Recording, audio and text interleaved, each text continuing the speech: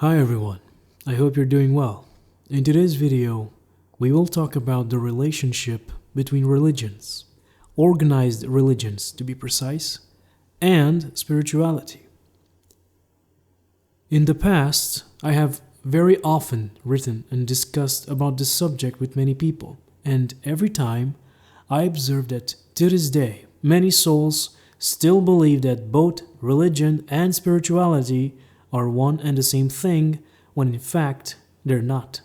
There is an important distinction between them, and unless we become very aware of this distinction, it becomes easy to fool ourselves with ideologies that may make us believe we're so fantastically advanced on our spiritual journey when in fact we haven't even started. Now, why do people naturally associate religions with spirituality? We all have times of deep introspection when we yearn to connect with a higher power. The closest means we have to do this in practical ways, on average, is organized religion. That is why we naturally assume that spirituality and religion are the same. But as we will soon discover, they're not. Now let's dive into the video and discover what their difference is. This difference is actually so simple, you will ask yourself, why haven't I seen this before? Are you ready? We begin now. First of all, let's understand the origin of religion. When we look at most religions today and the damage they have created on the planet, we may ask ourselves, who started this? Who made it so that human beings are always hurting each other? Who started this division in the world? Why are we suffering so much because others have different viewpoints than ours? While the authors of religions may seem cruel considering what we witness today, the truth is that they were not. Most of the religions we know today have been started by enlightened teachers. Jesus, Krishna, the Buddha, and so on. These teachers reached a stage of human evolution that is usually called enlightenment. Enlightenment means reaching a state of conscious oneness, a state in which we know ourselves as we truly are, consciousness, experiencing life on earth in a body, and embodying divine qualities of love, compassion, beauty, but also boldness, expressiveness, and joy on earth.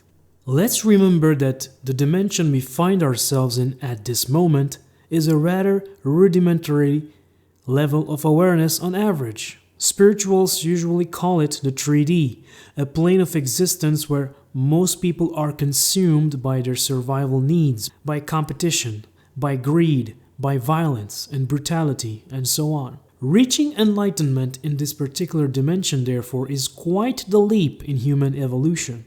And most souls incarnating here for this purpose do so because the 3D, as it is usually called, offers many opportunities for important growth.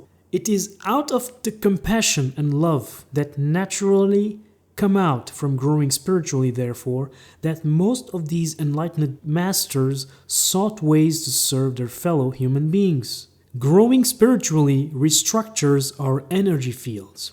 It happens even before we reach enlightenment, and with this change in our vibration, obviously, people pay attention and sense that there is something different about the evolved soul.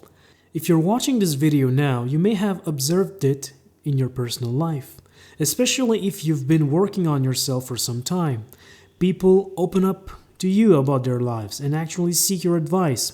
This has to do with your higher energy vibration. Now, coming back to the subject, as people noticed the difference in those teachers, eventually they asked questions and started learning from them. These teachings were used religiously until eventually they turned into principles people could use to progress spiritually and live more happily and peacefully. Unfortunately, however, as these teachers eventually left the earth plane, there wasn't enough mature people around to keep the teaching going. What happened instead is that the lower human nature took over the followers, and soon enough, the teachings that were supposed to free mankind from suffering soon turned into his own prison. Dogmas replaced contemplation, curiosity, wonder, and learning, and if you questioned things at least publicly, you ended up being burned or banned. As you probably have guessed by now, the teachings from enlightened masters were turned into rigid systems of beliefs, and the goal of the lower human at the head of those religions had become power over others. Everyone was forced into conforming to the strict rules laid by these religions, and those who didn't were treated as parasites. Organized religions, therefore, are about holding different beliefs in our mind and living according to them. If we believe that God exists, or that if we do wrong deeds we'll go to hell, does it mean it's a fact? It could, but for most people it's not. It's simply a belief, one that paralyzes their ability to think for themselves and therefore live a limited existence. In order for us to grow, we must push the boundaries of the known. God may exist, heaven and hell may be real, but until we've experienced it for ourselves, we must at least have the freedom to question things, to explore creation. This is how we learn. This act of questioning our beliefs, those we have gathered since our childhood from our parents, teachers, friends, community, mainstream media, and so on, this act of questioning our makeup as a human being, this very act is what puts us on the spiritual path. As we look into our conditioning and how our past defines the person we believe to be, but also how this past shapes our worldview, how we perceive and process the world, we realize that we live in a cage, one that is formed by all those beliefs we believe to be true. If we are careful enough at this stage, we also realize that those beliefs of ours, which we believe to be the ultimate truth about life, aren't actually so because others have their beliefs too, which they assume to be truer than ours. Going deeper into this rabbit hole is how we uncover our limiting beliefs, and working on releasing them is how we eventually reach enlightenment, the very reason why enlightened teachers taught us their methods. How to uncover our limiting beliefs and release them is another topic for another time, so let's get back to the topic of the day. If you have paid attention now, the spiritual path therefore is about releasing those beliefs that cloud our perception and limit our expression. This is why we've all come down here on earth. We are souls, we are limitless, powerful, and creative beings. But in order to realize this, we use tools such as a mind, a body complex, as well as an environment in which we experience life. That's how we learn and reawaken to our full capabilities. In a nutshell, this is what the spiritual path is about. And to make the point even simpler, organized religions force beliefs into people. Spirituality teaches us and helps us release the beliefs that limit us. Why? So that our perception becomes aligned with reality and that we remember who or what we truly are. Also, the spiritual path encompasses all paths.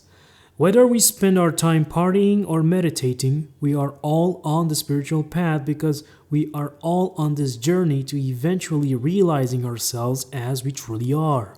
We have all been given free will. We're all free to explore life as it suits us, until we eventually experience everything the senses have to offer and decide to consciously work on our spiritual growth. I hope that this video made it clear for you that you can be on the spiritual path without needing to be part of a religion. And if you are part of a religion that brings you comfort and support, there is no need to change it unless you feel like doing so. Some people reach enlightenment without being part of a religion, while others do so while being part of one. Ultimately, as we evolve as a person, we become religious, which means we care more, we become more kind, gentle, compassionate, and sane in a world that truly needs it. I hope that you enjoyed this video and that it brought you answers on this very interesting subject. If you have any topic in mind you would like for us to discuss, put them in the comment section. If you enjoyed this video, we would greatly appreciate it if you liked it, shared it with people who would benefit from it, and subscribe to the channel. Thank you for everything. We will see you in the next video. Bye.